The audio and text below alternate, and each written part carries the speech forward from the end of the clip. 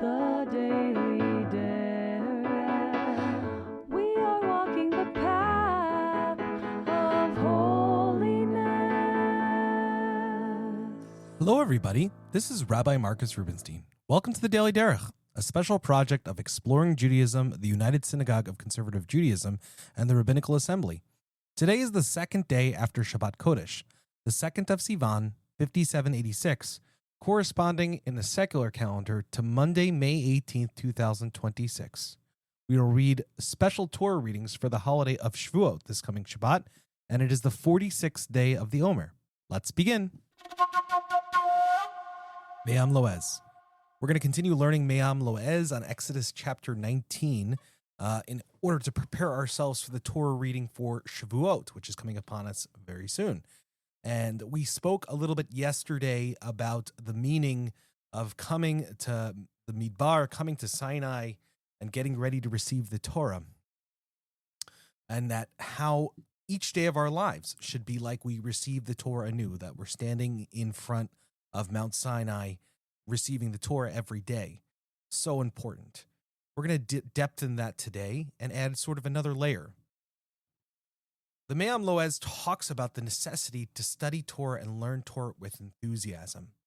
Now, this is a bit strange. Why do we have to learn Torah with enthusiasm and passion? If the Torah is just something we have to learn and in order to know what to do, and we're just doing it because, well, it's an obligation and God requires of it of us, wouldn't in some ways the best thing to be not to have that passion at all, not to have desire at all? And yet the Me'am Loez tells us that unless we're learning Torah with enthusiasm, we actually don't even understand the words of the Torah themselves. And he's going to answer this question for us by relating to, historically, according to the Midrashic imagination, what it was like when the Jews left Egypt and their joy and excitement around receiving the Torah. We're going to get into that in just a moment. But I want to first say that just to answer the question, before we get into the fact that the Israelites also were excited to receive the Torah, one of the reasons for this is because if we don't learn Torah with enthusiasm, with true faith in it and love of it, then the Torah just seems like a cold book. Its message and meaning doesn't open it up. That's why I've talked to countless people who said, I've learned Torah before. I've read the Chumash before, or I've experienced some learning of Torah, and it wasn't for me. Not for me. It was kind of boring, actually. I mean, I can't tell you how many Hebrew school students I bump into who say Torah's boring, right? And I think most of the time that's because we're not entering it with faith and enthusiasm. So very, very essential for us to understand the Torah. Now back to the Israelites. You see, there's something peculiar about this particular verse. It says, Bayom hazeh ba'u midbar Sinai. It should say, Bayom hazeh ba'u lemidbar Sinai. This translates to, Bayom hazeh, on this day they came midbar Sinai. They came Sinai desert. Rather, the Torah should say, on this day they came to the Sinai desert. And the sages noted this strange particularity, this strange peculiarity within the text itself. And they say it points to a bigger concept. You see, the Jewish people actually received their first commandment right as they were leaving Egypt. We read in chapter 12, verse 2 of the book of Exodus, this month shall be to you the beginning of months. They got the mitzvah of counting Jewish time, the Jewish calendar, and that it should start in the month of Nisan. But a critical reader who's trying to put their mind in the people actually leaving Egypt might say to themselves, what is this thing called a commandment? Right? What do you mean a commandment? What is this part? There's a Torah that this is commanded in? I've never seen this Torah before. I don't understand this Torah. What are you talking about? And according to our rabbis, the Israelites heard that there's this thing that they're going to receive in the desert called the Torah. And that's what this commandment was based on. But they never actually received it until they stood at the foot of Mount Sinai on the 6th of Sivan and received the Torah, which we're about to read about. And so what do they do for that long time, 50 days basically, until they received the Torah? Well, they were pining for the Torah. They were super excited. When are we going to receive the Torah? Maybe we'll receive the Torah today, maybe today, maybe today. And each day they didn't receive the Torah. And they began to in some ways get somewhat upset. Not because they were upset at Moses or anything like that, but upset they haven't received this Torah yet. This great big surprise, this exciting thing. And it's that reason that the pasuk and the verse is strange like this, because they actually came to Midbar Sinai.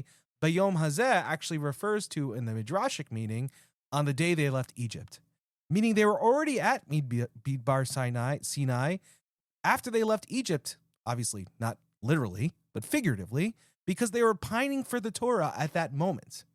This comes to explain to us that what it really means to stand in Midbar Sinai is to feel that pining for Torah. And that pining for Torah, for God's word, for God's revelation, for wisdom, that has been part of the identity and the DNA of the Jewish people ever since we left Egypt. There wasn't one day in which we did not pine for Torah. And part of becoming and being part of the Jewish people, an active member of the Jewish people, tapping into our story, our faith, and our traditions, means to pine for the Torah, to desire the Torah, to have enthusiasm for the Torah, just like the Israelites did on the day in which they left Egypt. Mishnah Torah. We'll continue our learning of the behavior of Talmidei Chachamim and the special laws and rules that a Talmid Chacham has to follow, a Torah sage or a Torah leader. This is the last day actually we'll be focusing on these laws, and tomorrow we'll switch to a new topic. You'll find out tomorrow what it is. We'll talk today actually about the clothing of a Talmid Chacham. This is actually one of my favorite halachot because my wife and I always joke about it all the time. I tend to be sometimes, let's just say, not the most careful person in terms of messes. And so often by the end of the day, I'll have a stain on my clothing or a coffee spot or something like that. I almost never get through the day without some kind of stain on my shirt. And I used to not pay attention to it. And now I do because of this halacha. And it goes like this. Malbush Talmid Chacham, malbush na'eh v'naki. He says a Torah sage's clothing should be attractive and clean. It is forbidden that a blood or fat stain or the like be found on his garment. And it is from this law of the Rambam here, that of course he's picking out from the Talmud here, that it is forbidden. It's a breaking halacha for a Torah leader or a Torah sage or a rabbi to have a stain on their clothes, that their clothes should be clean. That I really started paying attention to this and making sure that if I had a stain on my clothing or if I had a spot or something fell, I would change my clothing. Not to always dress in fancy clothing, but just to dress in clean professional clothing. He should not wear regal garb or clothes of gold and purple, which draw everyone's attention, nor the dress of the poor, which shames its wearers, but attractive garments of the middle range. Right? So what he's saying here is not a Torah sage or a rabbi or Torah, whatever it is, should not wear fancy clothing, right? Not designer, this and that, normal clothing that people wear. But that person should not also wear clothes of extremely poor quality that look that way to the person looking at it. They should wear clothes that fit them appropriately. Because again, this is all the kavod of the Torah, the honor of the Torah that you represent as a Torah leader or as a Jewish leader. His flesh should not be visible under his clothing, as is the case when one wears the exceptionally sheer linen garments produced in Egypt. That was the height of fashion. Of course, Maimonides lived in Egypt, so he understood this clearly. And his clothes should not drag on the ground like the dress of the haughty, but should extend to the heel, and his sleeve should extend to his finger. Now, of course, I don't think the Rambam necessarily means this for us today to really use as a code of what our clothing should look like. People wear very different clothing, and this, of course, depends on Derech Eretz, like many of the things we've been talking about, or the ways of the land in which you live. But I think what he's saying, though, is not to wear clothes that disrespect the wearer, that have kavod for the body and honor for the body, and are really comport oneself as a professional, as someone to be trusted, and someone that one can really talk to. Very, very important. But to make sure that on one hand, one's clothing doesn't make them look too egotistical, also at the same time is not making them look downtrodden. Very, very important. And of course, there's always an issue of, well, what happens if you don't have the money for it?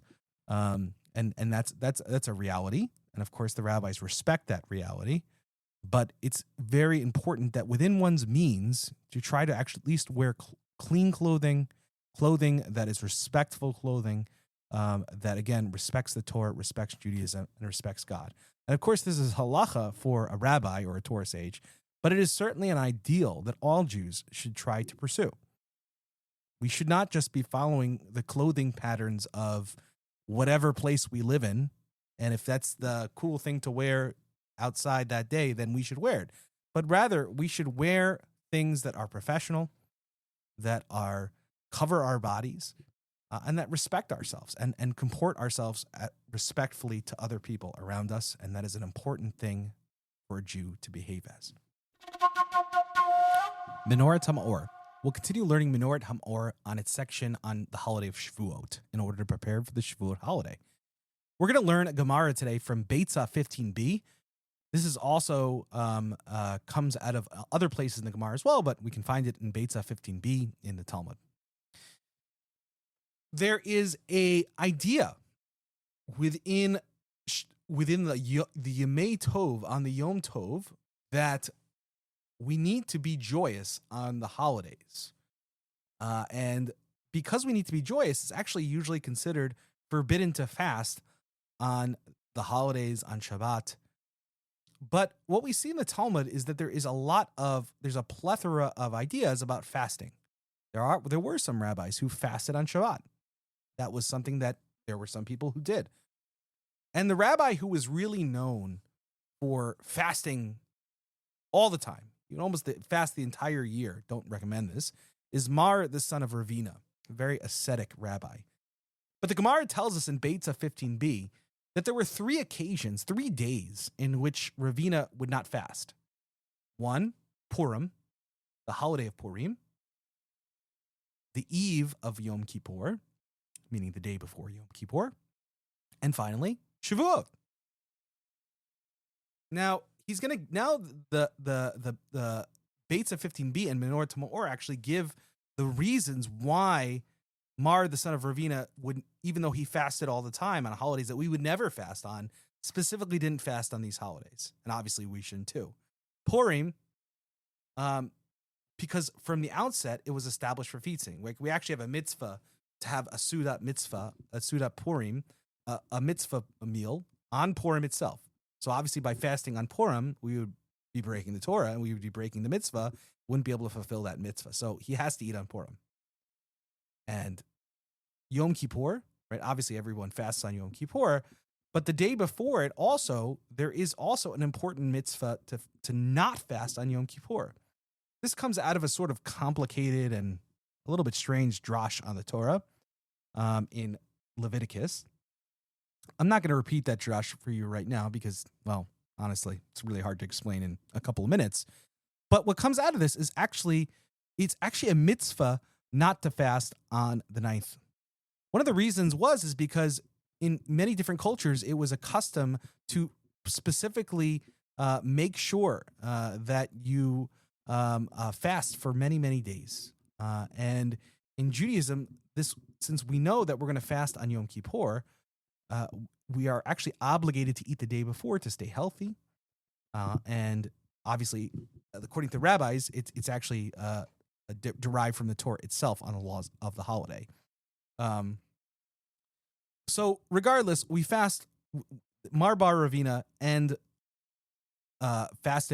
didn't fast on Purim and on the eve of Yom Kippur, the day before Yom Kippur. So what about Shavuot? Well, according to the Gemara, the reason why he did not fast on Shavuot, because it is the day on which the Torah was given to Israel. It's a day of such joy because it was the day in which the Torah was given. And so this tells us there are so many other days that have joy, like Sukkot. We literally call it Zman Simchatenu, the day of our joy. And we call, obviously Passover, a very joyous holiday. We're leaving Egypt. Rosh Hashanah. There's so many beautiful, joyous holidays. But the top of all joy, the holiday, which is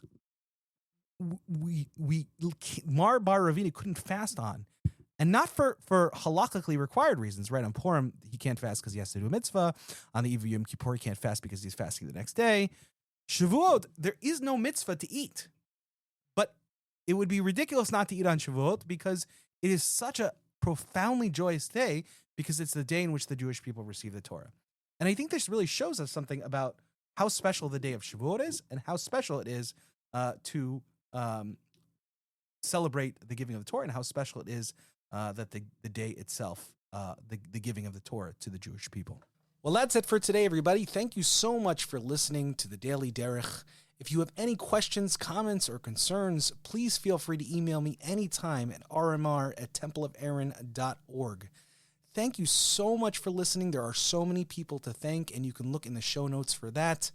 And also, if you want to know and see any of these texts in the original, we actually have that too. You can actually find that in our episode description. So look in each of the episode descriptions, and you'll find that information right there. Thank you very much. Have a great day, everybody.